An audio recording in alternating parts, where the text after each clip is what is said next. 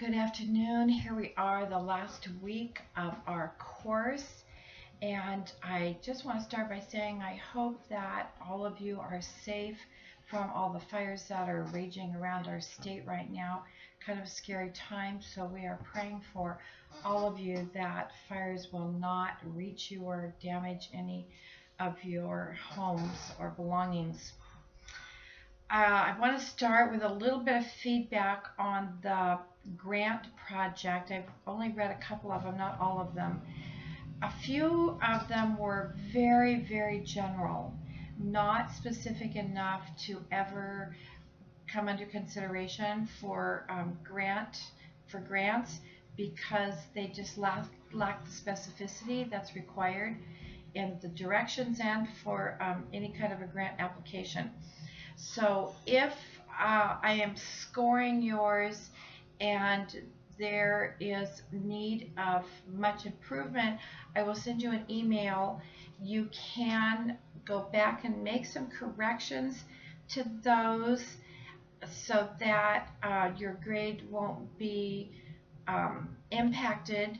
But I'm only going to give you a couple of days to do it because your other project is due this Friday on the 13th. You do not have until Monday or Sunday night to complete the projects for this week. So just be aware of that time frame. Some of them that I've read were very good, very specific, very clear.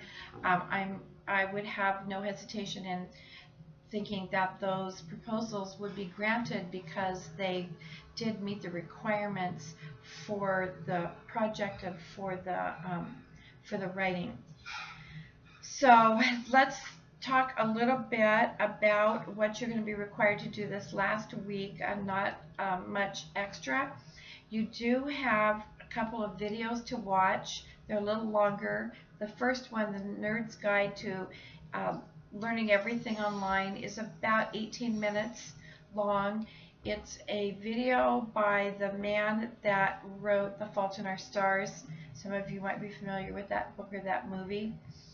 The second video is Building School in the Cloud. That video is 22 minutes long, and that author is a professor of educational technology at the School of Education and Communication and Language Sciences in Newcastle, England.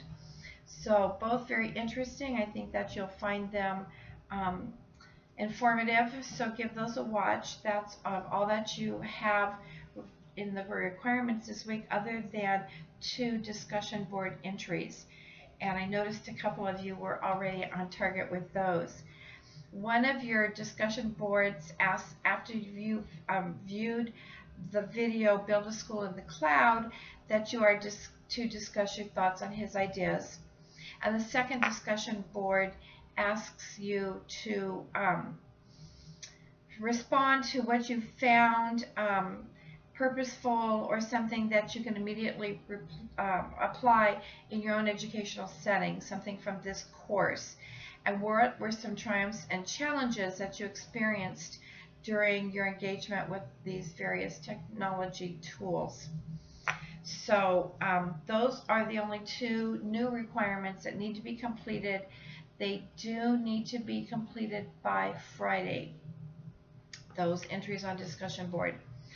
Okay, your flipped classroom project is due this Friday also. And as we talked last week, you had the option of making 2 short videos, one of which would have been posted last week, a longer one which would have been posted by this Friday. And last week I went over the requirements so that you understand that you have both a video to make, a flipped classroom instruction video, and you have a flipped classroom lesson plan. You have both of those components in this assignment, so make sure that you don't neglect one or the other. I went over the components of the lesson plan. We talked last week in the video about using one of the lesson plans you'd already used and taking a portion of that and making a flipped lesson plan. If you chose to do that, you're going to save yourself the time and effort of replying to all of those different components of the lesson plan that are asked for in the lesson plan portion of this assignment. The rubric for this is fairly simple. As you look that over, you need an introduction to this, but it doesn't need to be on your video. The introduction can be part of your lesson plan, or if you want to include an introduction to your students, you can put it onto the beginning of your video. If you need to make a citation for this, include it in your lesson plan. You may not need to have a citation, but if you're using information or materials that need to be cited, then include those on your lesson plan. The lesson itself, the video lesson, needs to have smooth transitions, little background noise, and a link that will keep the audience engaged and interested. So it's suggested that you practice your narration, that use good volume, good grammar, and good expression. And that does take some practice. Mine are not always great examples, but it takes some practice to not have videos that include a lot of pauses and ums and uhs and those kinds of things. You also need, in the text element of your presentation, you need to make sure that your fonts are easy to read. So this would be on your video if you're using slides in your video or other kinds of materials that would include text, that they're easy to read, that your fonts are engaging. Sometimes it's kind of fun to use some interesting fonts, that your bolded words make your visual more interesting. Not too much text on a page. That's the biggest problem that people do, is they put a lot of text on a page, and that use an appropriate background and color to enhance your presentation. And this is kind of funny because I've been working recently with someone that does PowerPoints for presentations, and they have no background. It's completely white. The lettering is all black, no background at all, no color, no bolds, no interesting fonts, lots of text, and it's really trying to go through these presentations with this other instructor, not a Concordia instructor, but it's very difficult because there's nothing engaging to look at. So keep that in mind as you're making your presentations. Most of you seem to be really good at this. Everything that you submitted has an engaging, professional look to it that would make students interested in watching and listening. So I don't think that's going to be a big problem for you, but just something to be aware of. In your lesson plan portion, please make sure that you include your standards, your materials, your learning objectives, and make sure that they are specific, measurable, short-term, and observable. Your learners need to know exactly what is expected of them. Your instructional strategies should be appropriate to your learners, and that goes both ways. Make sure that if you are lower elementary, that you're not making your instruction too low level, but that you're teaching up to your students.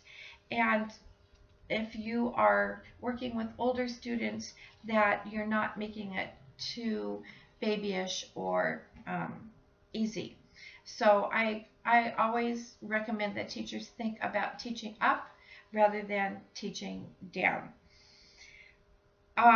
You need to make sure that you have assessments that are measurable and observable. So a lot of times we're putting together these great lesson plans, but we don't have any assessment piece attached to them. So that is something that you really want to make sure that you include in your lesson plan. Other than that, that's about all I have to tell you for this week. I'm sure that all of you are frantically trying to finish up all of these projects and get everything in.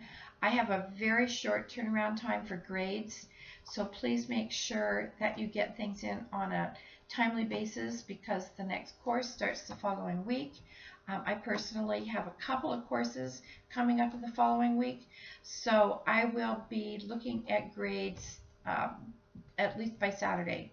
for sure. I'll try and get things in a little bit ahead of that. I'll get your grant proposals graded in the next day or so that you have that feedback. So if you have any questions, I'm always here for you. And as you leave this course with me, you're always welcome to contact me for future information, or if there's anything that I can assist you with as you move on in the program, I'm always happy to do that. So please don't forget that I'm here for you. Have a great week, and I will look forward to maybe having you in another course in the future. Thanks.